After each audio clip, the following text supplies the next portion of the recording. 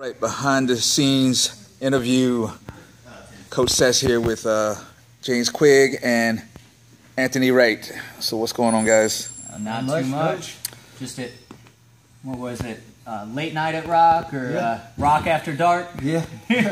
So first things first, I know that we've done it in the gym, but officially congratulations, Anthony, on your win. Appreciate it, sir. Fight Lab 58, back on March 17th. Yes, sir. And quickly, let's walk through that fight. You know, the build up and the entrance to the cage and the actual fight itself. Well, all right. Well, you know, starting in the back, good warm up. Walk out to the cage. Only thing on the mind is what's the game plan, what's going to happen, and thinking about how I'm going to make it happen. Walking to the cage. Really, I don't have any like nerves when I walk into the cage. It actually kind of goes dark. Kind of only thing I see is my opponent. I guess that's really just getting dialed in, you know. Get into the cage, you know, we touch gloves, circle. First exchange, I believe was a leg kick, something like that. Really just started to really see what he was going to do, and broke that down. Of course, I tend to be, I guess, aggressive. I'm always moving forward, and I'm looking through what's going on. And this was probably one of the very first fights where I was actually in the middle of the fight, breaking down everything as it was going. More natural, literally like it was like I was standing outside of myself, coaching myself, and I could see what he was trying to do, what he wanted to do. Thought it was pretty sweet, and what because me and him have trained before, so we did have, you know, a history. So he changed it up, and he was trying to engage me in striking to get me to strike to shoot underneath, and I thought that was pretty sweet and very smart on his part, you know, to get to where he wanted to be, because he's a natural wrestler. And then in the middle of one of those exchanges, I caught him midstream of one of his combinations with a 1-2. The 2 landed clean, turned him around. I actually really didn't know that it landed until, you know, looking at a picture later on, you know, because it spun him around. Got a little bit anxious because I went to lock and load on a 3. He shot underneath, but I still was aware that was going to happen. And the one thing that I already knew was off of his shots, he leaves his neck up. John Sweeney caught him with a monster guillotine doing LFA. So after seeing that, I was like, okay, it's very, you know, that's a natural reaction for him. You know, sometimes we cannot train out bad habits. It takes a long period of time, and that literally just happened just a couple of months ago. So I already knew the odds of that, you know, that reaction, that habit, probably wasn't trained out. So immediately, as soon as he shot in, I started fishing for different variations of guillotines. Almost caught the first one. Bailed on it just because of the angle that I was at. Ended up into the clinch, disengaged, re-met up in the center of the ring. Started to strike, he didn't want to. Angled out, he proceeded in, and I knew he was going to shoot. Caught him with the guillotine for the finish. How did it feel having the guys corner you? Really, kind of, you know. You know, it was so surprising because we were in the back. Forgot his name. Trains with Keith at Modern Warfare. Devin Wynn. Cool guy. We were talking because he was asking. He was like, "Where's Sess?" You know. And I know him and Isaiah they were like on the first same card, so he was asking about Zay or whatever. They got a good little camaraderie with each other. So he asked about Zay. Then he was like, you know, where's Sess? I was like, oh, he's commentating tonight. He was like, oh, really? He was like thrown back, like, y'all must really feel confident about your guys. And I was like, something, you know, it really didn't settle with me because it's like we coach each other all the time. You know what I mean? So I was like, well, yeah, this was already the game plan from jump. Really, coach wasn't a part of the real, you know, fight camp because we didn't want his voice to be in my head. Right. If anything, during your camp, I coached against you more. Yeah, more against me than anything. And you know, to us, it really wasn't a strategy. But when I think about it in a whole, it is. You know, if you know your main voice is sitting there, then you know naturally you're seeking that in the middle of of the fight. But I had Quigg was in my corner. Marcus Daniels, who is he is just getting out of the military, but he was a head combatives instructor, 18th Airborne Corps. So combative school, NCOIC. And then I had Damon Blackshear. So I have top, and Marcus fought in Strike Force. He's a veteran. Quigg is well established pro, and Damon a well established pro. So I had a strong corner. And these are guys that I go with on a regular. Damon and Quigg, who have high wrestling pedigree. So walking into that fight, and my main partner for that camp, strong wrestler, had just recently won a title the week prior. So I felt shout out to Justin Starks. Shout out to Justin. So I felt extremely confident and calm. That's one of the biggest things when I go into all my fights. I'm extremely calm. Are you trying to make that guillotine a thing?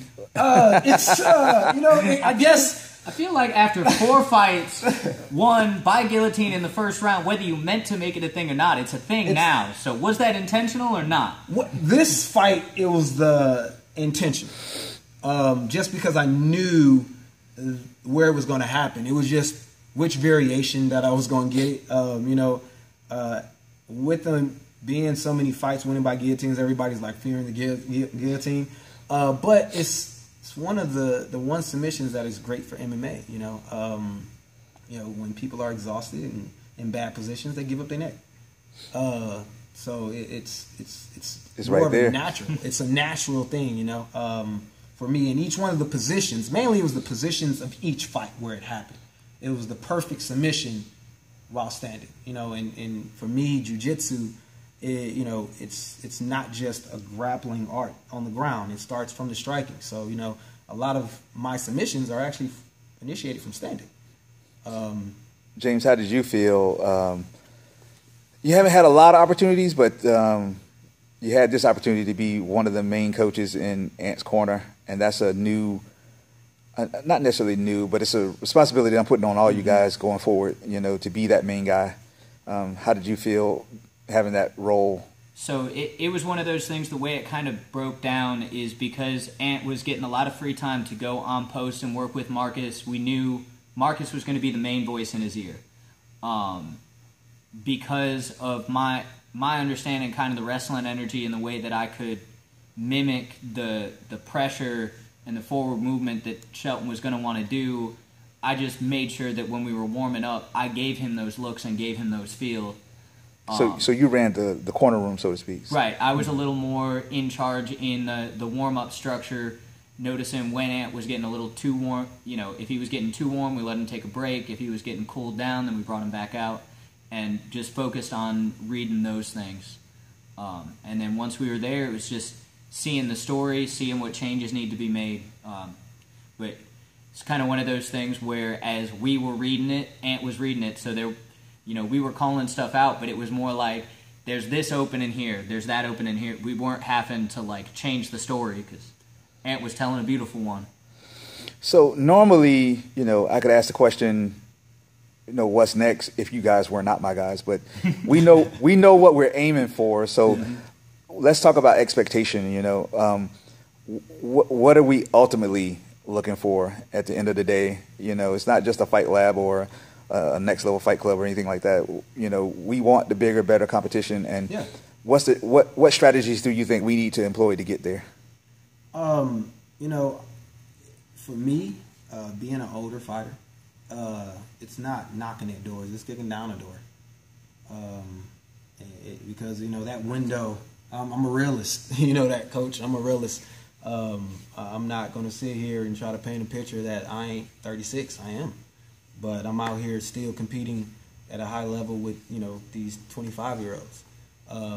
Mainly because I take care of my body, and they're, so that window is small. And it's just to prove that, while the perception and maybe even the reality is because of that, I am that, that gatekeeper for the up-and-comers or that contender to potential title holders to kick it down and say, what, you're gonna respect me, you're gonna fear me because I am a monster. And that's I have to do that. What about you, Jay? I mean, obviously the primary goal and the thing that I'm laser focused on is that question of how do I get on that international level show, that Bellator, UFC, ONE FC, where I can get that consistent contract and fight. Right now I'm holding down a day job, teaching at Max Abbott Middle School, and I love it, but I would love to be able to come back to that after I've had a successful fight career. So it becomes a question of how do I keep myself in shape, injury-free, so that I can be ready to take big fights on short notice if they come up, but it's also making sure that any fights I take that aren't like the big fight, aren't that jump up to the next level of competition, that we have time to tell the story. We have time to let folks know that, hey, this is Anthony Wright, the dark horse. No one believes in him, and he comes and he finishes fights anyway, even though nobody thinks that he can do it. You know, James Quigg, the Gentleman Brawler. I'm here, I come in, I'm game, I fight hard, but I win and lose like a champion. So it is one of those things where I've got to make sure that we have time, whatever market we go into, to let people who are in that market know, because unfortunately haven't been a lot of shows in Fayetteville. We don't get to be the home team Yeah, much. we're never the hometown hero. So we've got to have that time, and we've got to get the window. We got to get windows of opportunities from promoters to say, hey, we may not be the home team, but we can make your fans love us like we're the home team if you give us the time to tell that story and let them know who we are. At one point last year in 2017, a name that made your radar was Keith Rockstar Richardson. Mm-hmm. If that match was to happen, how do you think you and him match up? I think it's a great matchup. You know, on paper and looking stylistically, we both have aggressive styles. We both have good top pressure. We both, we both are not afraid of the stand-up and the striking. So it becomes a matter of who's better at that game or who can exploit the other person's game. I think it makes for an exciting fight. And it's also one of those things, you know, there's a bit of a gym versus gym rivalry. You know, Jadonis beat Devin Nguyen from his gym, but then Keith beat Damon in a kind of toss-up decision. So it'll be nice to, you know, kind of keep that Modern Warrior Team Rock rivalry alive. Yeah, shout out to Modern Warrior, because I actually do like them for that. And it's one of those things where, as you notice, Devin's coming up, noticing what we're doing in the locker room. It's a friendly rivalry. By all means, we've got a lot of respect for them. I love what they're doing over there. But it's also nice to, you know that we've got the respect of one of the best gyms in the area, and knowing that we're, you know... It's friendly competition. Yeah. When, you know, when we know that they're the best and we respect them as the best where they're at, and we know we're the best where we're at, we want to test each other against... We want to fight the best, and we know that's a place we can find the best. Hey, Ken Armstrong used to always say it, you have to fight these damn fights. Right. Can't do theory. We just have to get in there and find out. And like I said, I wanted to fight Keith then, but it was a question of, you know, can we tell the story and can we make that a fight that, you know, can help both Keith and I out in our careers, rather than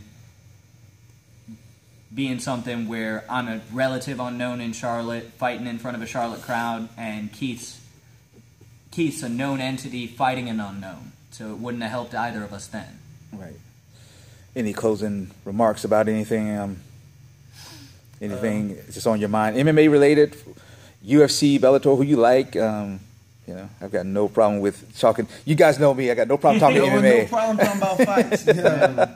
Even boxing, Joshua Anthony Joshua taking on Parker. Joshua this weekend. Yeah. So it's a you know me. We can talk all night when it comes to combat sports. Yeah. I mean, it's just one of those things. As I'm kind of coming off of a little gap from my last fight, and then I was coaching middle school wrestling, and it's interesting how taking kids who've never done anything and trying to get them realizing, like, oh, hey, these basketball coaches, these other coaches in these other sports, 9 times out of 10, their kids have done that before. Mm-hmm. Like, they don't have to teach them how to run. They don't have to teach them how to put a glove on. And here I am, like, having to teach these kids how to stand in stance, how to shoot, what the point scoring system is, what the rule set is completely. Yeah. So, like, learning a little bit about training and how to take a kid from 0 to winning matches. So it's great coming back to MMA practices after that and applying that knowledge. And, you know, again, just keeping myself injury free, keeping weight close to my fight weight so that I'm not killing myself in the cut. Because I see too many folks, they try to cut too much weight and then they get hurt in the last couple weeks of training. So it all becomes a lot simpler if you live the lifestyle. Yeah, that is true.